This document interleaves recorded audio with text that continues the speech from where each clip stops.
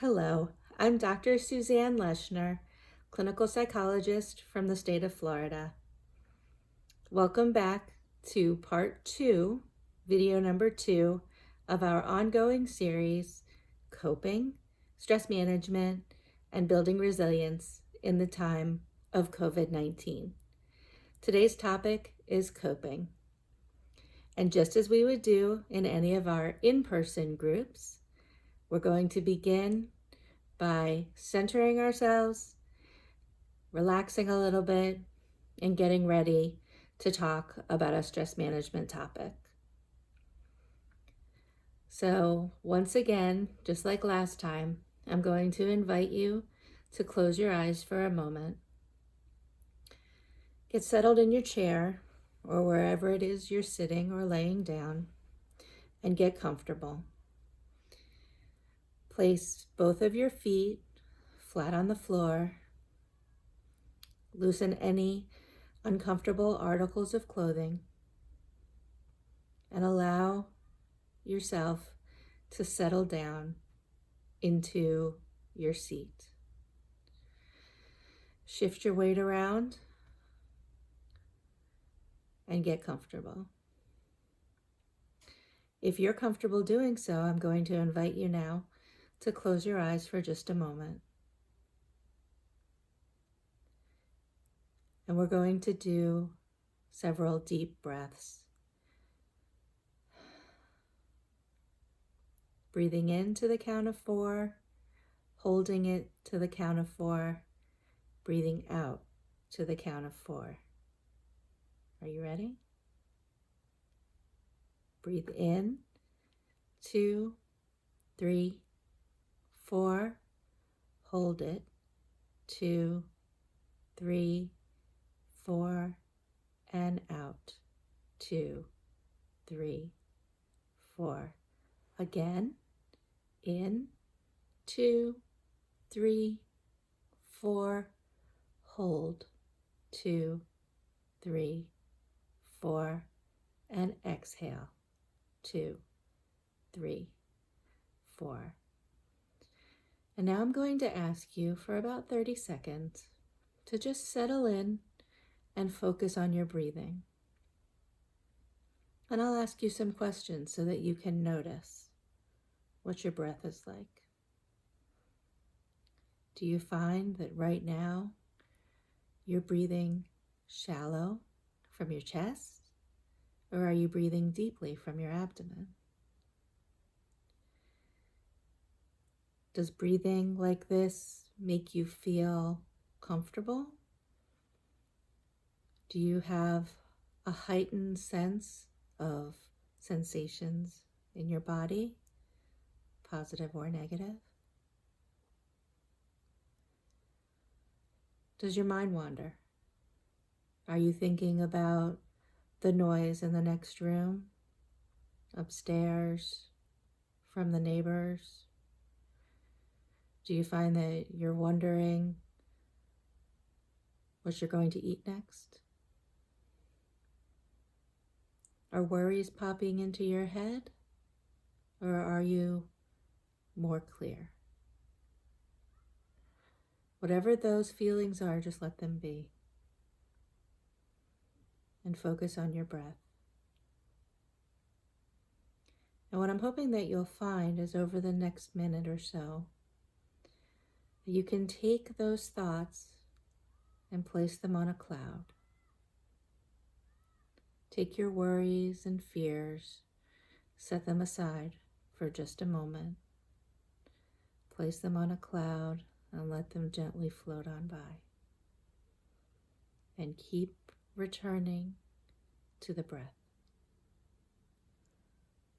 Focus on what it feels like as the air enters and leaves through your mouth and your nose. The gentle sensation of the breath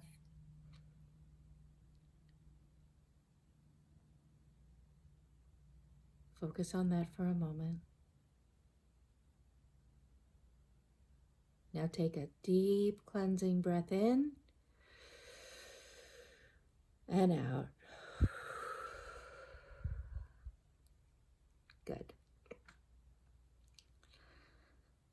open your eyes. So what do I mean by coping? You know, in the field of clinical psychology and in behavioral medicine, we have some definite definitions of what we mean by coping. In this case, we're talking about when a person perceives that their efforts are not sufficient to engage with a particular stressor. And so what we have to think about are the different types of ways that we can make ourselves feel better in the face of different types of stressors.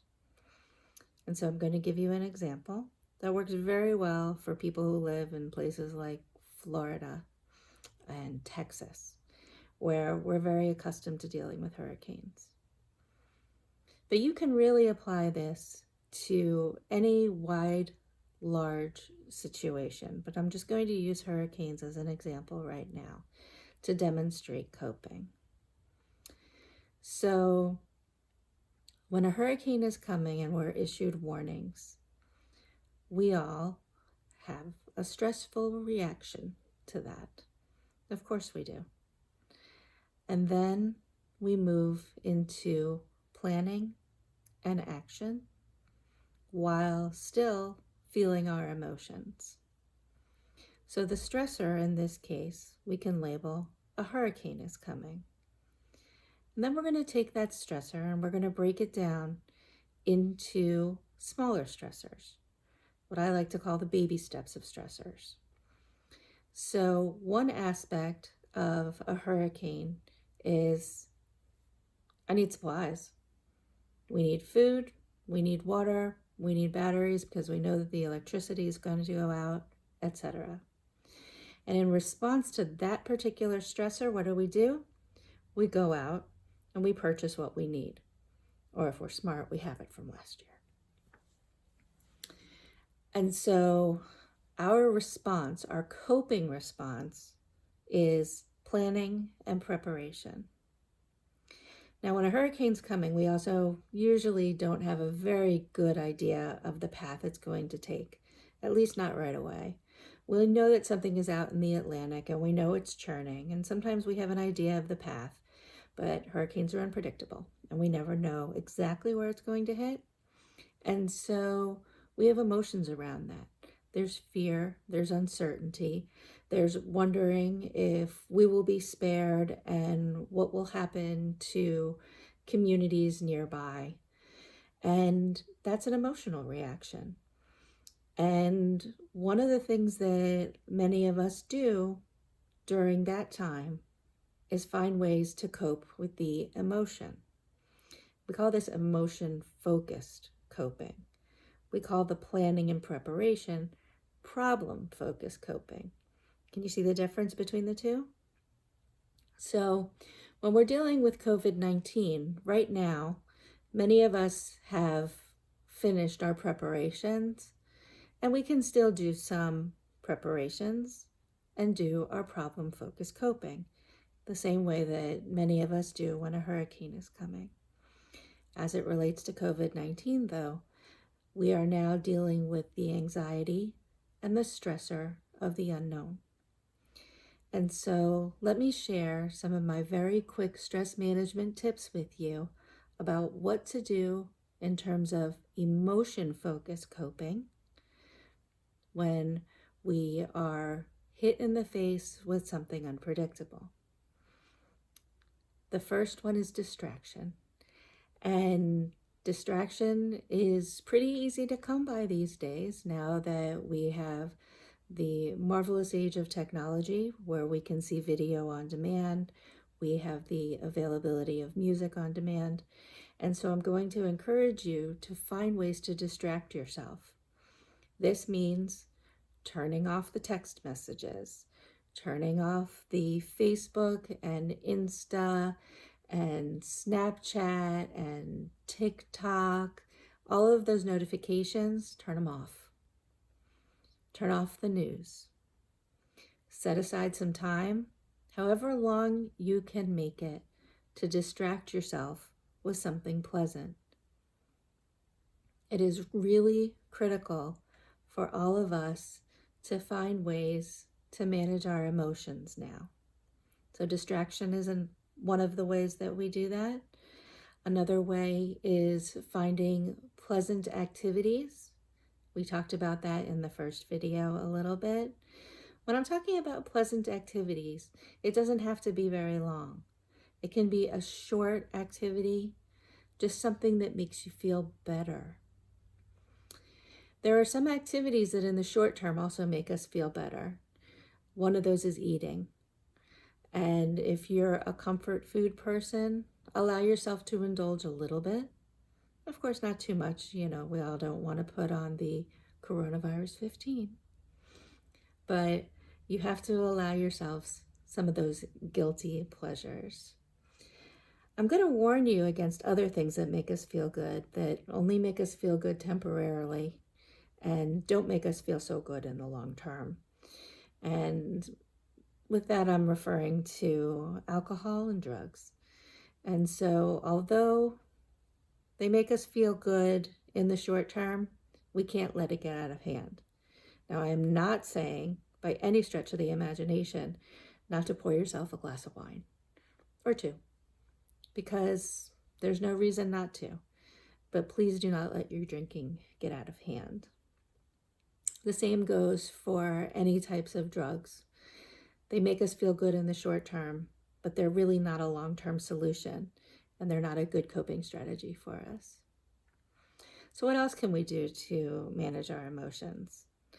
We can think out of the box and find ways that we all can make ourselves laugh, find ways to add humor to your day, play some games, even if it's online games.